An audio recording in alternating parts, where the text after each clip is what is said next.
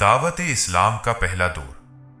3 برس تک حضور اقدس صلی اللہ تعالی علیہ وسلم انتہائی پوشیدہ طور پر نہایت رازداری کے ساتھ تبلیغ اسلام کا فرض ادا فرماتے رہے، اور اس درمیان میں عورتوں میں سب سے پہلے حضرت خدیجہ رضی اللہ تعالی عنہا اور آزاد مردوں میں سب سے پہلے حضرت ابو بکر صدیق رضی اللہ تعالی عنہ اور لڑکوں میں سب سے پہلے حضرت علی رضی اللہ تعالی عنہ اور غلاموں میں سب سے پہلے زید بن حارثہ رضی اللہ تعالی عنہ ایمان لائے۔ پھر حضرت ابو بکر صدیق رضی اللہ تعالی عنہ کی دعوت و تبلیغ سے حضرت عثمان، حضرت زبیر بن العوام، حضرت عبد الرحمن بن عوف، حضرت سعد بن ابی وقاص، حضرت طلحہ بن عبید اللہ رضی اللہ تعالی عنہم بھی جلد ہی دامن اسلام میں آ گئے۔ پھر چند دنوں کے بعد حضرت ابو عبیدہ بن الجراح، حضرت ابو سلمہ عبداللہ بن عبد الاسد، حضرت ارقم بن ابوارتم، حضرت عثمان بن مظعون اور ان کے دونوں بھائی حضرت قدامہ اور حضرت عبداللہ رضی اللہ تعالی عنہم بھی اسلام میں داخل ہو گئے۔ پھر کچھ مدت کے بعد حضرت ابو ذر غفاری و حضرت صہیب رومی، حضرت عبیدہ بن الحارث بن عبد المطلب، سعید بن زید بن عمر و بن نفیل اور ان کی بیوی فاطمہ بنت الخطاب حضرت عمر کی بہن رضی اللہ تعالی عنہم نے بھی اسلام قبول کر لیا، اور حضور صلی اللہ تعالی علیہ وسلم کی چچی حضرت ام الفضل، حضرت عباس بن عبد المطلب کی بیوی اور حضرت اسماء بنت ابو بکر رضی اللہ تعالی عنہ بھی مسلمان ہو گئیں۔ ان کے علاوہ دوسرے بہت سے مردوں اور عورتوں نے بھی اسلام لانے کا شرف حاصل کر لیا۔ واضح رہے کہ سب سے پہلے اسلام لانے والے جو سابقین اولین کے لقب سے سرفراز ہیں، ان خوش نصیبوں کی فہرست پر نظر ڈالنے سے پتہ چلتا ہے کہ سب سے پہلے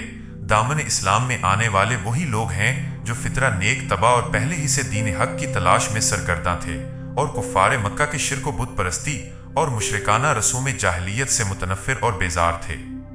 چنانچہ نبی برحق کے دامن میں دین حق کی تجلی دیکھتے ہی یہ نیک بخت لوگ پروانوں کی طرح شمع نبوت پر شار ہونے لگے اور مشرف با اسلام ہو گئے۔ دعوت اسلام کا دوسرا دور 3 برس کی اس خفیہ دعوت اسلام میں مسلمانوں کی ایک جماعت تیار ہو گئی۔ اس کے بعد اللہ تعالیٰ نے اپنے حبیب صلی اللہ تعالی علیہ وسلم پر سورہ شعراء کی آیت نازل فرمائی، اور خداوند تعالیٰ کا حکم ہوا کہ اے محبوب، آپ اپنے قریبی خاندان والوں کو خدا سے ڈرائیے۔ تو حضور صلی اللہ تعالی علیہ وسلم نے ایک دن کوہ صفا کی چوٹی پر چڑھ کر یا معشر قریش کہہ کر قبیلہ قریش کو پکارا۔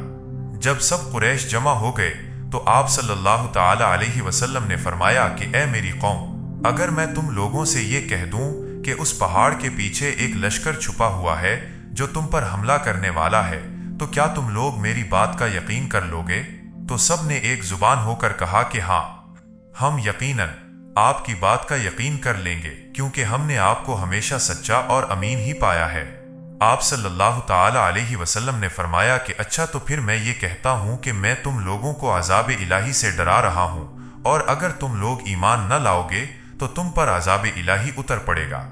یہ سن کر تمام قریش، جن میں آپ صلی اللہ تعالی علیہ وسلم کا چچا ابو لہب بھی تھا، سخت ناراض ہو کر سب کے سب چلے گئے۔ دعوت اسلام کا تیسرا دور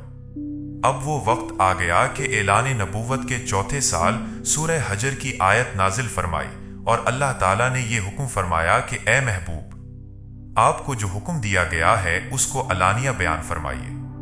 چنانچہ اس کے بعد آپ صلی اللہ تعالی علیہ وسلم علانیہ طور پر دین اسلام کی تبلیغ فرمانے لگے، اور شرک و بت پرستی کی کھلم کھلا برائی بیان فرمانے لگے، اور تمام قریش بلکہ تمام اہل مکہ بلکہ پورا عرب آپ کی مخالفت پر کمر بستہ ہو گیا، اور حضور صلی اللہ تعالی علیہ وسلم اور مسلمانوں کی ایذا رسانیوں کا ایک طولانی سلسلہ شروع ہو گیا۔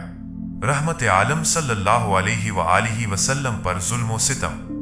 کفار مکہ خاندان بنو ہاشم کے انتقام اور لڑائی بھڑک اٹھنے کے خوف سے حضور صلی اللہ تعالی علیہ وسلم کو قتل تو نہیں کر سکے، لیکن طرح طرح کی تکلیفوں اور ایذا رسانیوں سے آپ صلی اللہ تعالی علیہ وسلم پر ظلم و ستم کا پہاڑ توڑنے لگے۔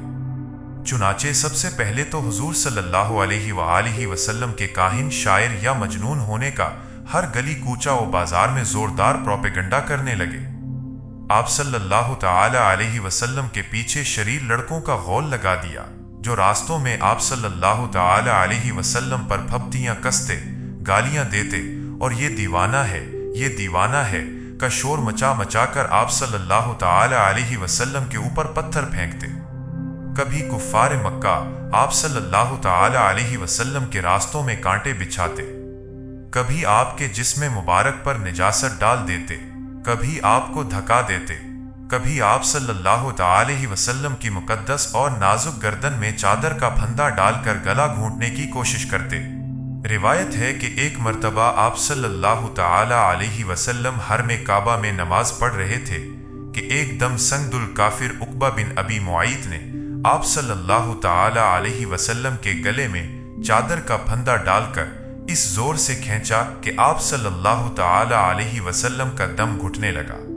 چنانچہ یہ منظر دیکھ کر حضرت ابو بکر صدیق رضی اللہ تعالی عنہ بے قرار ہو کر دوڑ پڑے اور عقبہ بن ابی معیط کو دھکا دے کر دفع کیا اور یہ کہا کہ کیا تم لوگ ایسے آدمی کو قتل کرتے ہو جو یہ کہتا ہے کہ میرا رب اللہ ہے؟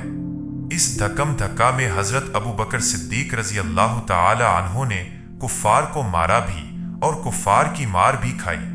کفار آپ صلی اللہ تعالی علیہ وسلم کے معجزات اور روحانی تاثیرات و تصرفات کو دیکھ کر آپ صلی اللہ تعالی علیہ وآلہ وسلم کو سب سے بڑا جادوگر کہتے۔ جب حضور صلی اللہ تعالی علیہ وسلم قرآن شریف کی تلاوت فرماتے تو یہ کفار قرآن اور قرآن کو لانے والے جبریل علیہ السلام اور قرآن کو نازل فرمانے والے اللہ تعالی کو اور آپ صلی اللہ علیہ وآلہ وسلم کو گالیاں دیتے اور گلی کوچوں میں پہرا بٹھا دیتے کہ قرآن کی آواز کسی کے کان میں نہ پڑنے پائے، اور تالیاں پیٹ پیٹ کر اور سیٹیاں بجا بجا کر اس قدر شور و غل مچاتے کہ قرآن کی آواز کسی کو سنائی نہیں دیتی تھی۔ حضور صلی اللہ تعالی علیہ وآلہ وسلم جب کہیں کسی عام مجمع میں یا کفار کے میلوں میں قرآن پڑھ کر سناتے یا دعوت ایمان کا واعظ فرماتے تو آپ صلی اللہ تعالی علیہ وآلہ وسلم کا چچا ابو لہب آپ صلی اللہ تعالی علیہ وسلم کے پیچھے چلا چلا کر کہتا جاتا تھا کہ اے لوگو، یہ میرا بھتیجا جھوٹا ہے، یہ دیوانہ ہو گیا ہے، تم لوگ اس کی کوئی بات نہ سنو۔